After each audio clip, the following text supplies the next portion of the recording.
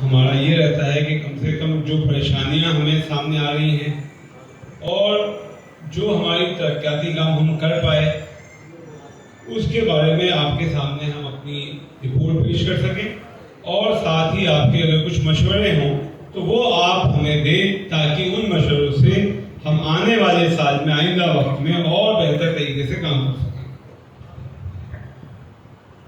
अंजुमन हैदरी ने पिछले एक साल के अंदर जो हमारी लास्ट जनरल बॉडी मीटिंग हुई थी उसके बाद जो हमारा उस टाइम पर पास हुआ था कि हमको जिस हॉल में आप बैठे हैं ये इमाम बाड़ा और पीछे ख्वातीन का हॉल, इस हॉल को एयर कंडीशन कराने का, इस हॉल को पूरा मुकम्मल करने के लिए हमने कहा था कि हम करेंगे।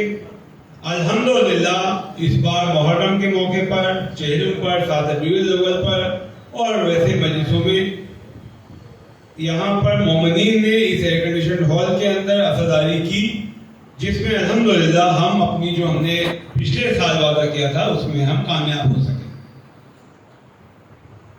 हालांकि उसमें अभी कोई कुछ फर्जी लोग कह रहे थे कि साहब किसी साहब ने ये हॉल बनवाए, तो ये मैं आपको बता दूं कि ये जिस हॉल में आप बैठे हैं या जो पीछे लेडीज का हॉल है, इस हॉल में किसी की तरफ से कोई भी डोनेशन स्पेसिफिक इस हॉल के लिए या इस कामों के लिए अंजुमन हैदरी ने नहीं लिया है। जो हमारी नर्सरी से इनकम होती है, जो हमारी गुल्लक से आमदनी होती है, जो मोमिन कूपन से डोनेशन देते हैं, उसके पैसे से ये तामीरात की गई है। तो अगर कोई भी इस तरीके का झूठ बोलता है तो वो बेबुनियाद और गलत है। उसके अलावा हमारे करबला के अंदर हम लोगों ने पिछले एक साल के अंदर जहां ताजिया दफन होता है उसके चारों तरफ का जो सहन बनाने का काम था, जो हमने पिछले साल ऐलान किया था, अल्हम्दुलिल्लाह वो सहन हमारा जो हमारा पहले फेज में होना था वो बन गया है। रास्तों में जो हमारा करबला जोरबाग की तरफ से मेन गेट है उसकी तरफ से रास्ते पूरे हो गए हैं। उसके अलावा जो हमारे नर्सरी वाला गेट है उसकी तरफ से पूरे हो गए हैं। तीसरा जो गेट है हमारा राजधानी नर्सरी जो कनाती मस्जिद की तरफ से है वो भी अल्हम्दुलिल्लाह पूरा हो गया है। इसके अलावा कुछ सहन और हैं जिसमें अब हम लोग आने वाले साल में जो जिन जगहों पे इस साल चेहरों के मौके पे मोमिनीन ने पार्किंग की, सब किया, वहां पर भी हम है तो अल्हम्दुलिल्लाह वो काम भी हमारे पूरे हुए। इसके अलावा करबला के अंदर कुछ लोग झूठे प्रोपेगेंडा करते थे कि वहां अंधेरा रहता है और लाइट कभी जलती है, खुद ही तार तोड़ देते थे। तो उन मक्कारों के षड्यंत्र को भी फेल किया और उससे दरगाह को फायदा हुआ कि उससे बिल कम आएगा। अल्हम्दुलिल्लाह हमने वहां पर तकरीबन 10 लाख रुपए की सोलर लाइट्स लगवाई हैं, जिसमें हेवेल्स कंपनी की, उसमें ना हमें अब कोई स्विच ऑन करने की जरूरत है, वो अपने आप जो है सैटेलाइट के थ्रू, सेंसर के थ्रू वो चलती है। तो अल्हम्दुलिल्लाह वो काम भी हमारा करना है पूरा हो गया है। इसके अलावा हम लोगों ने पिछले एक साल के अंदर जो हमारी वक्फ जायदादों पे जो लोग काबिज हैं उन्होंने जो हमारे ऊपर अटैक किए, जो हमारे ऊपर जिस तरीके से कोशिशें करी उन जगहों पर काबिज रहने के लिए, उनमें हम लोगों ने पूरी तरीके से लड़ाई लड़ी। हमारे ऊपर इस साल के अंदर शाहमर्दा में रहने वाले 4 अफराद ने अंजुमन हैदरी के ऊपर केस डाले। मतलब ये समझने की बात है, प्रोपेगेंडा करते हैं कि अंजुमन हैदरी हमें खाली करा रही है। असलियत ये है कि अमानतुल्लाह के साथ मिलके उन लोगों ने अंजुमन हैदरी के ऊपर केस डाले हैं, ना कि अंजुमन हैदरी ने उन काबिजों के खिलाफ केस डाले। जबकि पिछले 10 साल से वो लोग लगातार कोई किराया अदा नहीं कर रहे थे।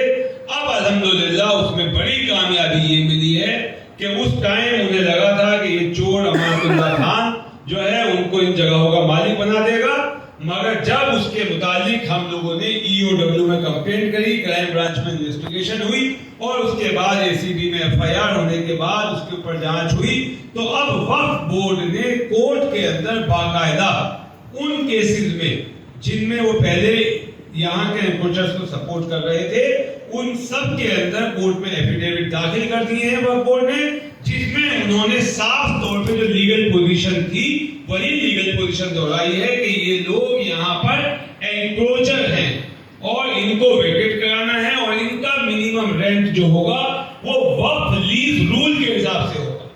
हमने इनको हमेशा ये कहा, जब हमने टेंडर किया, हमने नोटिस दिया, हमने लेटर लिखा, हमने उनसे ये कहा कि वक्फ लीज रूल एक वक्फ एक्ट है, पार्लियामेंट से पास हुआ है, आपको उससे मानना पड़ेगा, उसके लिहाज से आप किराया अदा करिए, आप जो रहना चाहते हैं रहिए। मगर प्रॉब्लम ये थी, दुश्वारी ये थी कि वो लोग मिनिमम रेंट, रिजर्व प्राइस भी देने पे आमादा नहीं थे। वो देना चाहते थे 250 रुपया 200 गज के मकान के, जो कानूनन मुमकिन नहीं था। कानूनन वो काम, अब जब पार्लियामेंट का नया कानून आ चुका है, जब उसी कानून से, उसी एक्ट से वसीम खान नर्सरी वाले के अवार्ड में ये ऑर्डर हुआ कि रोजाना 2.25 लाख रुपया का पेनल्टी लगेगा अगर खाली नहीं किया, और उसके बाद 7 करोड़ की पेनल्टी लगी, तो वो कानून है ना, तो वो कानून सब पे लागू होगा। और वही कानून के तहत हमारा मुतालबा था कि मिनिमम रिजर्व प्राइस दिया जाए, मगर हमको रिजर्व प्राइस देने के बजाय उन लोगों ने अमानतुल्लाह खान और दूसरे गद्दारों के साथ हाथ मिलाकर एक फर्जी पर्ची कटवा ली और कोर्ट में केस ये दायर किया कि हम अंजुमन हैदरी के किराएदार नहीं हैं, हम तो अमानतुल्लाह के किराएदार हैं, जिस पे अब अल्हम्दुलिल्लाह अमानतुल्लाह ने बाकायदा एफिडेविट दे दिया है कोर्ट में, जिसमें कहा है कि ये जो पर्ची जो भी है ये सब फर्जी है और साहब ये एंक्रोचर हैं, हम इनकी इस एंक्रोचमेंट के सपोर्ट में नहीं है, इनको फौरन हमें खाली करा। इसके बाद में एक और बात कही जाती है जो बहुत प्रोपेगेंडे करने के लिए कही गई कि साहब के 7 करोड़ रुपए आए, 6 रुपए खर्च हो गए, इस तरीके की प्रोपेगेंडे किए गए। जबकि उसके बाद में अंजुमन हैदरी ने, पहली ऐसी अंजुमन है जिसने आफ्ताब शरीयत माकल जवाद साहब और तमाम उलमाए कराम के सामने ये ऐलान किया था कि हम अपने अकाउंट्स वेबसाइट के ऊपर डालेंगे, जो आज भी अल्हम्दुलिल्लाह हमारे अकाउंट्स, पूरे अकाउंट्स वेबसाइट के ऊपर अंजुमन हैदरी की डले हुए हैं। एक दूसरा झूठ लगातार बोला जा रहा है कि साहब पिछले 12 साल से अंजुमन हैदरी ने कोई अकाउंट्स वक्फ बोर्ड में नहीं दिए, कोई ऑडिट नहीं कराया। तो उसके मुतालिक मैं आपको बताना चाहूंगा कि लगातार हमारे यहाँ से ऑडिट होता रहा है और हमने हर साल, हर बार 2020 तक वक्फ बोर्ड ने हमें डिमांड नोट इशू किया, हमने उसमें लगातार उनके डिमांड नोट के हिसाब से पैसे अदा किए। और वक्फ बोर्ड पहली ऐसी तंजीम है जिसके कोर्ट के ऑर्डर के हिसाब से वक्फ बोर्ड को 28 लाख रुपया देने हैं। हमारे अकाउंट उनके पास हैं, हमारे एडवांस 28 लाख रुपया। जब नर्सरी वाले का केस चल रहा था तो उन्होंने, ताकि केस बीच में खत्म हो जाए, वक्फ बोर्ड जैसी तंजीम ने, जिसका अभी आपने सुना होगा कि केजरीवाल ने 101 करोड़ रुपया उनको दिया, उन्होंने वक्फ बोर्ड ने कोर्ट में आकर ये कहा कि हमारे पास फीस अदा करने के लिए पैसे नहीं है, ताकि केस खत्म हो जाए। तब हमने कहा कि नहीं, वक्फ बोर्ड के पैसे भी, जज ने पूछा कि आप दें, वक्फ बोर्ड आपको अदा कर देगी। हमने कहा हम अदा कर देंगे मगर आप केस ना रोकें।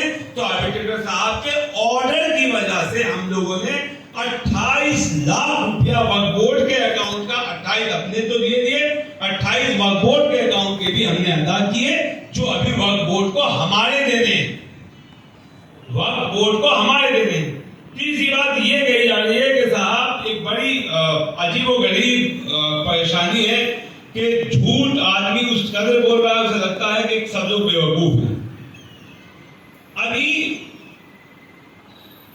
कोर्ट के अंदर, दिल्ली हाई कोर्ट में एक केस चल रहा है जिसमें कोर्ट केस ये डाला गया है मैनेजमेंट कमेटी की तरफ से, जो फर्जी मैनेजमेंट कमेटी अमानतुल्लाह खान ने बनाई थी, जिनमें एक साहब रोजाना एक फर्जी वीडियो जारी करते हैं कि हम जमहूरियत चाहते हैं, हम इलेक्शन चाहते हैं, हम जमहूरियत की वजह से कर रहे हैं। अब उनका सुन लीजिए उनकी जमहूरियत की दलील।